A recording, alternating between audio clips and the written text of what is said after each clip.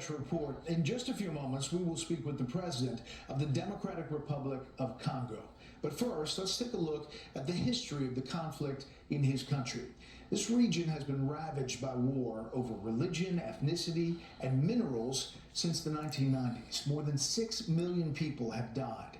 Now, the first conflict began amid the 1994 Rwandan genocide.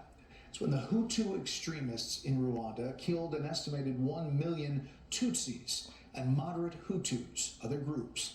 At the same time, around 2 million Hutu refugees crossed into the Democratic Republic of Congo, settling in the eastern region. This is in the red part here. A small portion were extremists who began organizing militias, prompting the Tutsis to do the same. Now, sporadic fighting would take place, all in the early 2000s, when peace agreements were being negotiated. But that would bring the emergence of another group, M23. In 2012, the group took the strategic city of Goma, right here in the middle. They pulled out days later due to international pressure and fled to Uganda and Rwanda. Now, M23 then resurfaced in 2021. With an estimated 6,500 fighters, they began to take significant control of the territory in that region. They shelled displacement camps, they cut off supply routes. Congo is considered the world's richest country in terms of natural resources. Untapped deposits are worth, get this, an estimated $24 trillion with a T. The country also produces 68% of the world's cobalt. It's the fourth largest producer of diamonds in the world. Lithium deposits are also significant.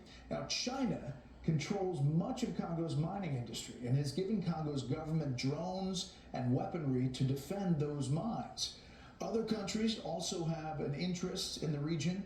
Burundi, a majority Hutu country, sees Rwanda as a threat, and it supports the Congolese troops. Uganda is defending against Islamic State-linked militants along its borders. They've targeted religious groups in the Congo as well. Also, South Africa recently announcing a phased withdrawal of thousands of troops from eastern Congo after several peacekeepers were killed by rebels. While M23 leaders withdrew from peace talks this week with the Congo, President Tshisekedi met with his Rwandan counterpart this week for talks mediated by Qatar. The countries agreed to continue discussions to establish lasting peace in the region. It comes as the U.S. considers a minerals deal with the government in exchange for security assistance. I can tell you that we stand in firm support of the Congolese people and of the sovereignty and territorial integrity of the DRC. We remain diplomatically engaged. We are joined tonight by Felix Tshisekedi, President of the Democratic Republic of the Congo. Mr. President, thank you for being here. I want to start with this. The Trump administration is interested in securing exclusive mineral deals with countries rich in rare earth minerals. We saw that obviously recently with Ukraine. Can you talk about the discussions for a deal with your country? Très bien, merci. Bonsoir à vous. Thank you very much. Good evening to you. We are looking for partnerships, and we have established partnerships with many other countries, and we think the United States of America, given its role and influence around the world, is an important partner to have. And we are very happy to see that with the Trump administration, things are moving a lot faster on both sides.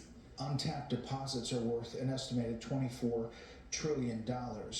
What would you need to happen to move forward with that relationship? We want to extract these minerals, but also process them, as this would create a lot of jobs. And we want a partnership that will provide lasting peace and stability for our countries, which we need. It's a dangerous place, the Congo. How would a U.S. company guarantee safety on the ground? We can build our defense and security capabilities. And I think that the U.S. is able to use either pressure or sanctions to make sure that armed groups who are in the DRC can be kept at bay. Mr. President, the United States has been concerned about China's influence in Africa, particularly in the DRC. How would you manage this relationship with Beijing while maintaining ties with the U.S. that you obviously want to expand? Dit que la nature a horreur du vide. Nature abhors a vacuum, as the saying goes. It's not that China is waxing in Africa, it's more that America is waning in Africa, and we would be very happy Nos amis américains to have our American friends here que les Chinois who used to be